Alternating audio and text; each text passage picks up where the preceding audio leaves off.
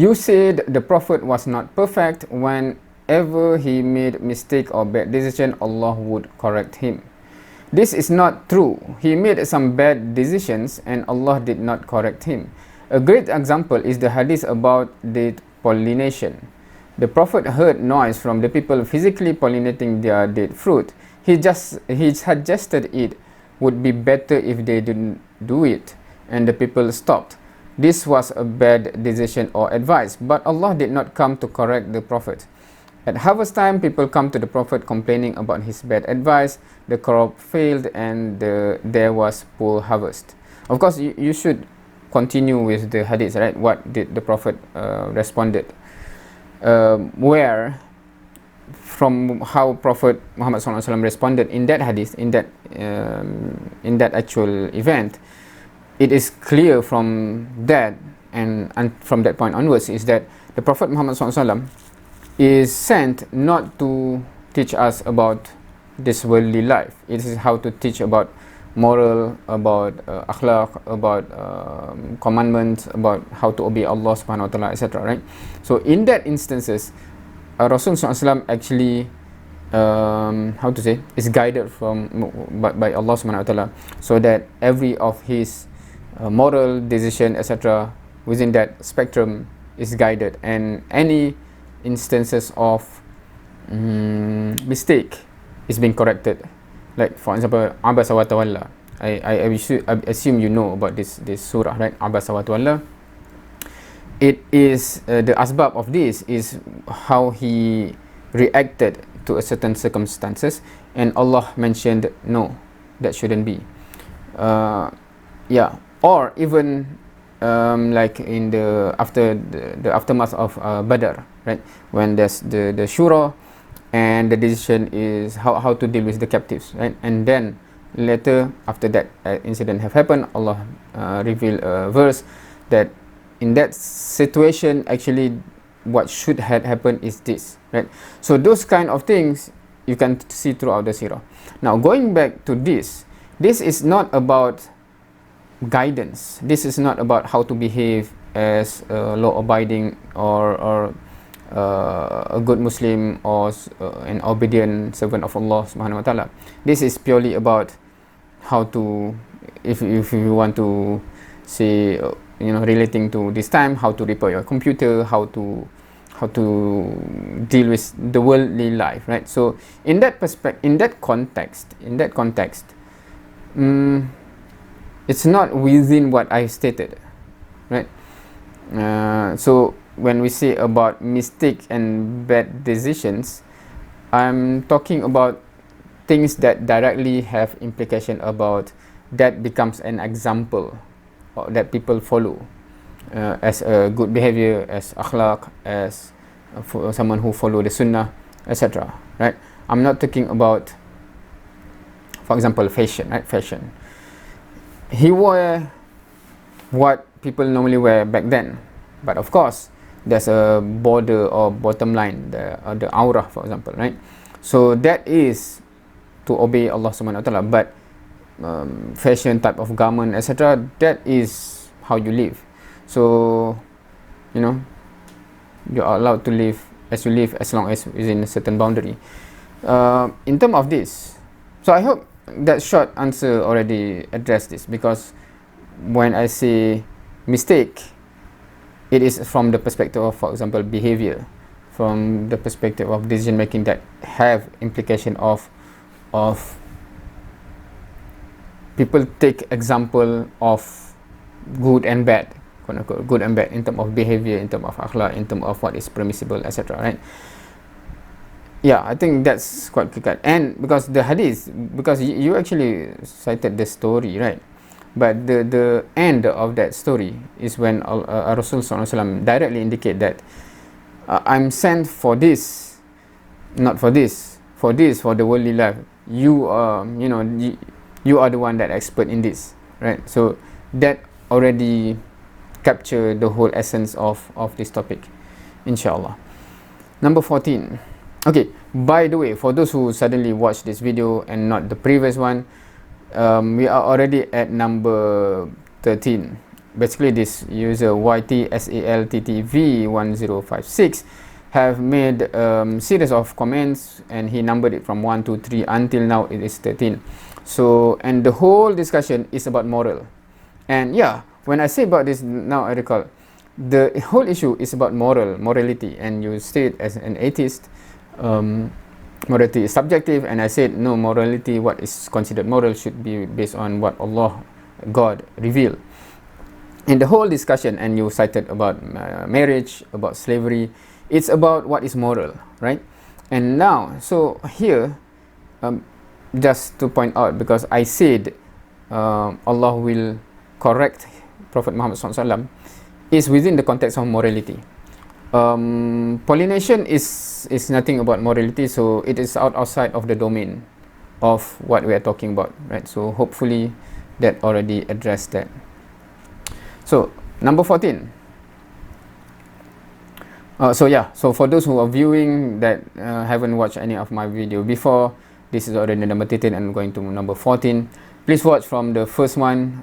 Hopefully you get proper context, because the way I address this is as I address him directly, of course for the benefit of everyone as well, but I would not repeat every foundations that we have already covered in the previous video.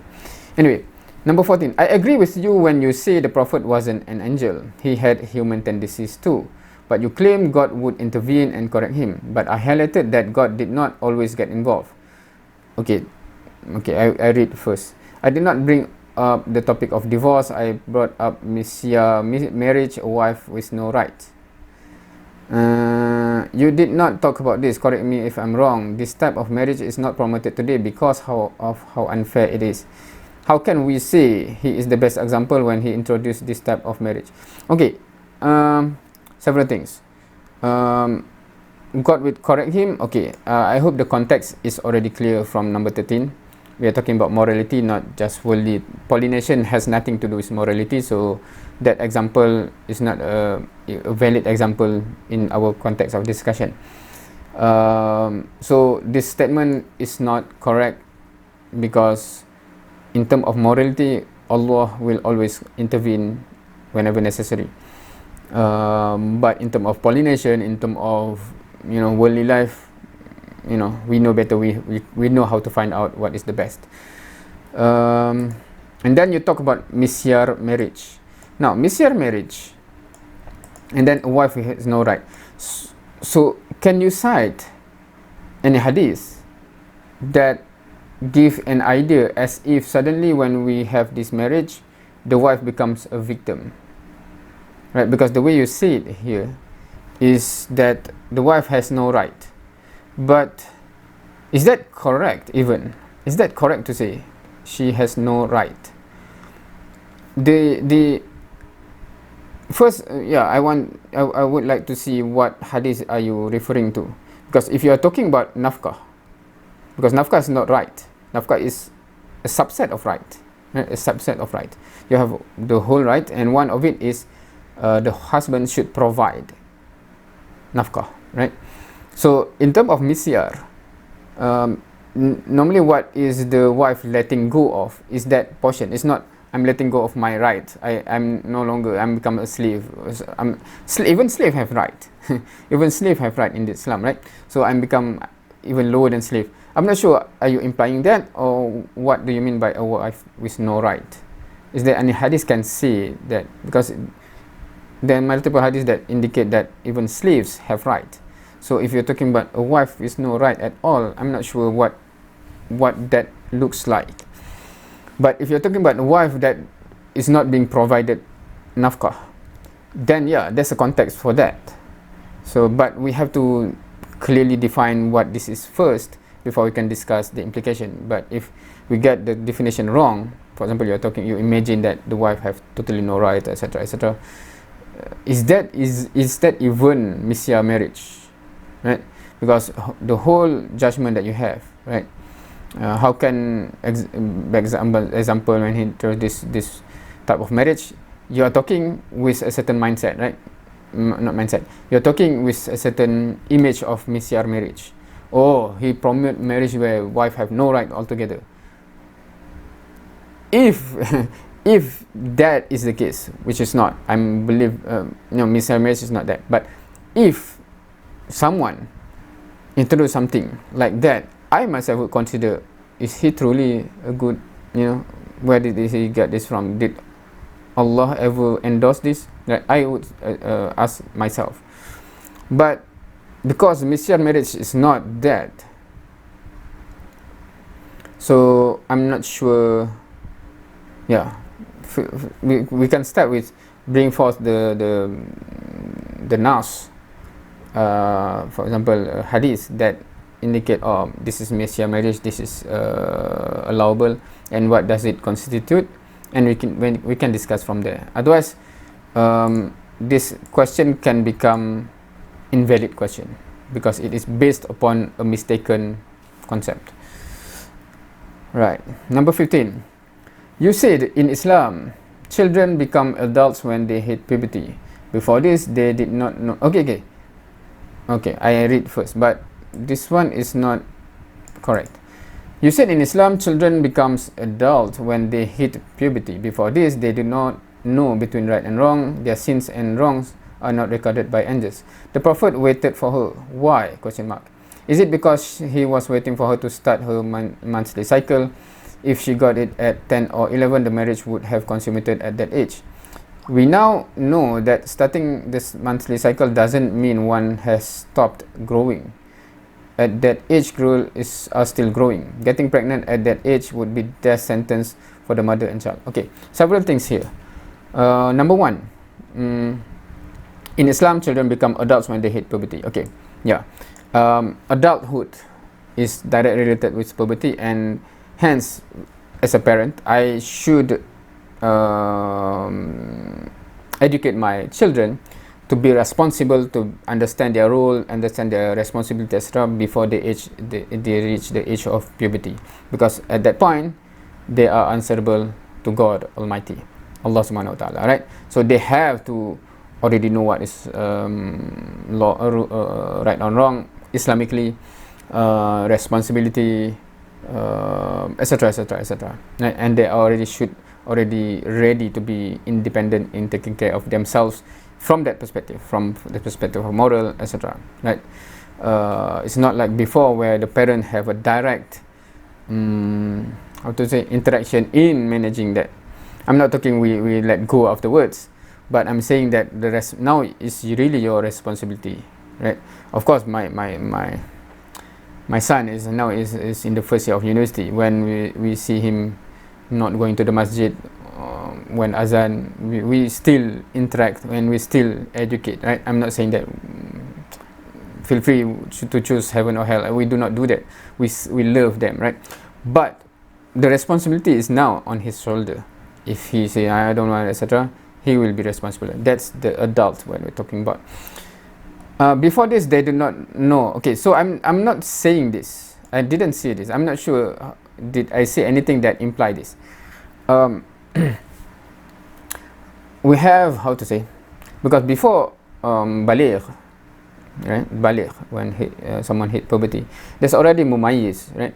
So the age of mumayyiz, when you actually already understand right and wrong, right? Because there are phases in children where even that concept is something that we cannot expect them to comprehend, right? They are toddler and they just know what they want. We cannot expect them to know that, that phase is training phase, right? We do train them to no, this is wrong, this shouldn't be the case, etc., right? But it's not fair to expect them to be able to distinguish on their own, right? And then they would reach the age of mumayyiz when they have the capacity. Allah, at a certain age, Allah already equipped us to be able to decipher, to be able to determine, okay, this is good, this is bad, this is right, this is wrong, right? And then baligh or puberty. So the knowing right and wrong is not at the age of puberty, actually it's before. But at the age of puberty, now you are really fully responsible on your choice to do what is right or what is wrong. right? So I did not say they did not know before that. They should know at the age of mumayyiz. They should already know, right? Their sins or wrongdoing are not recorded. Okay, so this is about at the age of puberty. Right now, fully you're responsible. Before that, your parents have primary responsibility. If the child is behaved very wrongly, the parents have to be responsible because it is because of their upbringing and because of their education, etc., right? Okay, the prophet, okay, now that's one thing about about baligh, right? The prophet waited for her. Why is it? Because he's waiting. Okay, so generally speaking, what I mentioned as a general concept, that waiting period to ensure to wait until the maturity is reached. So in terms of the technical, is it waiting for cycle, etc.? So if we want to say that prophet did that specifically, we have to find a hadith for it, right? But from what is evident, waiting for maturity. So meaning that she is physically mature enough for that, right? So that's the clear-cut thing. We know that starting menstrual cycle doesn't mean one stop growing. I'm not saying, okay, I'm not sure why this one stop growing is suddenly something being mentioned. I'm not saying that becoming adult is when you stop growing.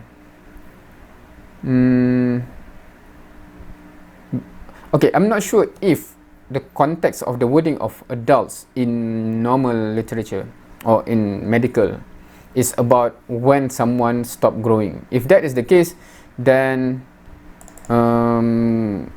what I've said earlier here, we should have a different word used, because in Islam, when we talk about adult, we're not talking about physical growth. We are talking about you do not have capacity before mumayyiz. You do not have capacity of distinguishing between right and wrong. So you are not responsible. Of course, anyone who physically grow, but maybe Allah give them, a brain that until the end they cannot really comprehend right and wrong. They are not mumayyiz until the end, meaning that they cannot comprehend, etc. Someone have to take care of them until their death. So they are not, meaning Allah do not, how to say, right and wrong is not upon them, basically, right? Because they are not having that ability to distinguish, right? So they are not mukallaf, right? The taklif is not upon their shoulder. Allah will not say, why are you doing this? Because they cannot even distinguish. So, but normal human being, they are faced where we cannot distinguish, and then we reach an age when we can already, okay, I can distinguish between these two, and then that's the age where puberty hits, and then you are fully responsible for your action, and you cannot blame anyone else. Basically, that's basically it, right? So my term that I used initially about adults is from that dimension. I'm not talking about, this is the point where physically you are fully matured and you are no longer growing. We're not talking about that. So that's number one. So getting back here, so I'm not even saying that once you have the menstrual cycle, you are already no longer growing. I'm not saying that. I'm saying that the physical body have reached to the age where the components that make the system works is already developed to that point, right? Because the system function in a certain way to enable certain things. Right now, that indicates that it is already functioning at that level, right? So, yeah, getting pregnant at that age. Okay, at that age, what you are talking about? Are you talking about getting pregnant after puberty? Is it death sentence? So I have to clarify what you are saying, because when you say at that age, right? At that age, I'm not sure what you are talking about. At that age, are you referring to at any point when a girl hit puberty and she already have menstrual cycle? Are you saying that whatever that age is, but at that point, getting pregnant is a death sentence? Is that what you are saying? Because my comment would be depending on what exactly are you saying. Are you saying that when someone, a woman or a girl, a female, reached the age where she have hit puberty, she had already have the menstrual cycle. That point, if she suddenly get pregnant, it's a death sentence. Is that your statement? Please correct me if I'm wrong about your statement. If that is the case, is there any evidence to back that up? Right, okay. And number 16. There are no power dynamics or abuse of power in the marriage of Aisha. I think that is not true. You also said the girl did not object to it. At 6-year-old, an age in which her sins weren't even recorded because she did not know the difference between right and wrong, she was able to make a good and sound decision to get engaged twice and then decide to marry the Prophet? The Prophet was not a powerful and influential man? She said yes to the marriage of 6, no abuse of power by her parents. Okay. If you want to say about this, right, you should see the whole marriage. Right now you are talking about prior to marriage, right? I'm talking about the marriage itself, meaning, is there any power dynamic issues throughout the marriage? Is there any abuse throughout the marriage? There's none. Right now you cited about she basically, if I understand the context right, she is forced to agree to a marriage. So that's, I assume that's the issue of either abuse or power dynamics, right? That you are pointing out, right? Number one, why is that an abuse? I'm not talking about now in this current context. I'm talking about the reality there, right? Why is that an abuse? And how do you define abuse, right? If you how to say, because you are talking about the parent, right? We know the character of the parent. Because some people before this, they bring up some event that happened in certain countries, Muslim majority countries, that is not yet developed, where some parents are forced to let their daughter marry because of economic issue, meaning they do not have money, they do not have anything, and then suddenly some other thing. This is about Muslim, and I'm not saying this is endorsed by Sharia at any way, form or shape, but I'm saying some people brought this issue, right? So some other Muslim come with more wealth and then kind of pressure this parent because they do not have wealth. You want me to take care of him, let me marry, etc., right? So if you see that kind of thing, I can see myself as a Muslim, I can see that, okay, is there any abuse here? Are you abusing your wealth and the unfortunate circumstances of that parent to get that parent to agree to the daughter, etc., right? If that is the case, then you can say there's issue of power dynamics, there's issue of abuse.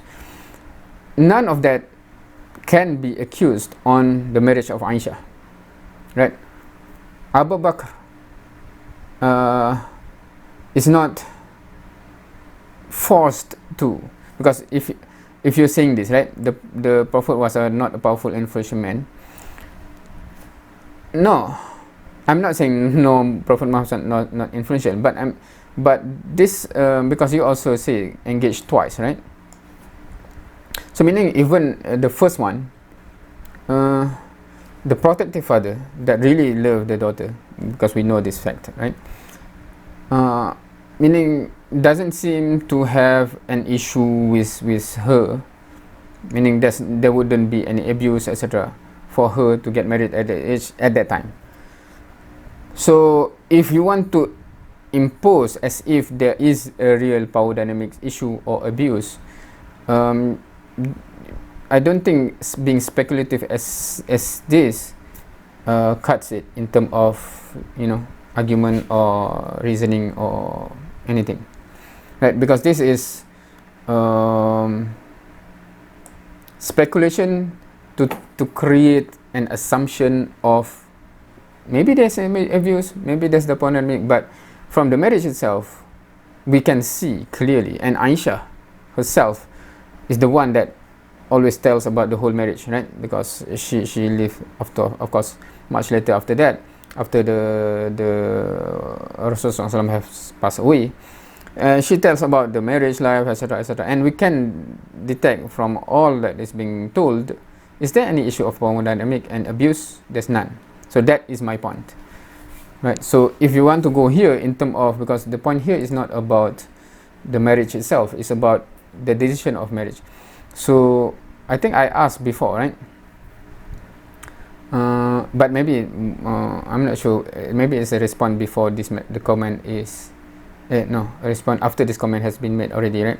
It's about can you argue? Can anyone argue that the marriage of Aisha that happened at that age was not the best reality for her, the best option, the best alternative? Because we know, of course, she got married, but looking at her marriage, right, do you have any argument that she would have had it better otherwise? Right? Do you understand my question? Meaning, if we are to argue that this is not the best case scenario for her, is there any better alternative version of her life other than what happened? Right? So that's the context of when the parent make a decision to marry her. The meaning isn't that the best of what could have happened to her? I'm talking specific. I'm not talking about now, etc. Right? I'm talking specific about Aisha before we go for the marriage. Right? So that's my question. Right? I haven't seen anyone who managed to say anything to suggest or to even have any better alternative for her other than to marry Rasul Sallallahu Alaihi Wasallam as what had happened. Number 17. Okay. Maybe we have to cut short because I have to rush for my kids from school.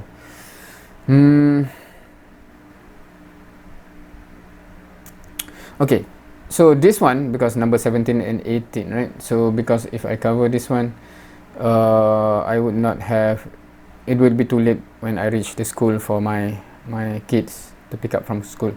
So I have to end here. So I'll have to find another time to finish this number 17 and 18, inshallah. So hopefully, I really appreciate all of your points in all of the paragraph that you number like this, because it had been quite some time since anyone bring forth a really worthy point of discussion.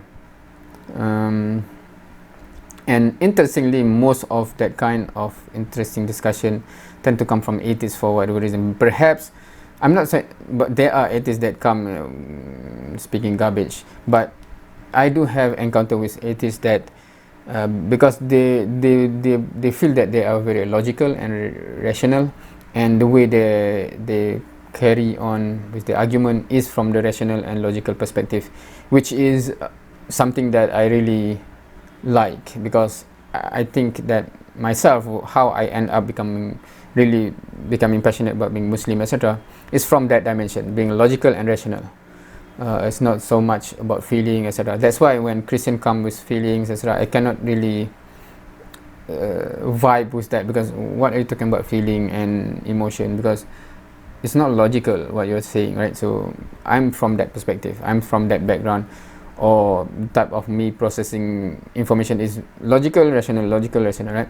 So that's why I do enjoy discussion like this, because we're looking at from logical and rational perspective, not purely because of sentiment, etc. Anyway, so we'll finish this, inshallah.